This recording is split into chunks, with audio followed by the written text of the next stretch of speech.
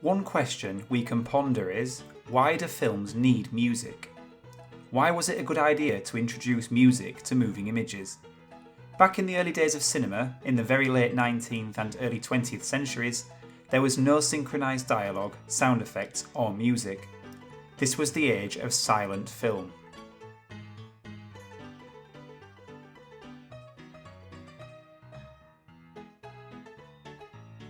The cinema experience at this point, without sound, would have been a group of people sat watching a silent moving image on a screen.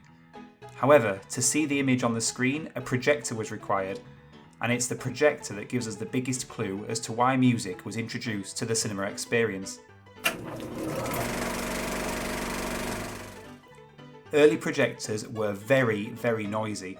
At best, they were mildly distracting, and at worst, they were uncomfortably annoying. One way to rectify this was to try to drown it out, or at least add more sound to the cinema. The solution was to have a live pianist or organist playing along to the film. Kurt London, writing in 1936, stated that film music began not as a result of any artistic urge, but from a dire need of something which would drown out the noise made by the projector.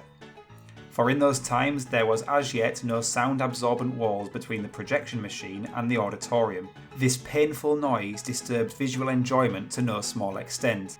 Instinctively, cinema proprietors had recourse to music, and it was the right way, using an agreeable sound to neutralise one less agreeable. These early silent film scores could have been different every time the film was played, as there was no such thing at this point in history as a specially composed film score. Instead, performers would make use of large volumes of mood music, usually made up of pre-existing classical compositions. So, for example, if there was a romantic scene in the film, the performer would frantically flip to page 57, which might have a Chopin piano composition to represent romance. Then, there might be a battle sequence, so the performer would have to quickly flip back to page 17 to find an epic Wagner composition to depict the fight.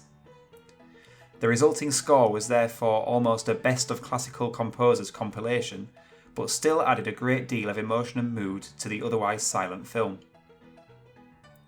Specially composed scores soon became commonplace, and as early as the 1910s and 20s, there were a few specially commissioned scores appearing in silent film, but these were still played live, and often by a full orchestra, which would have offered an experience more akin to theatre or opera than cinema.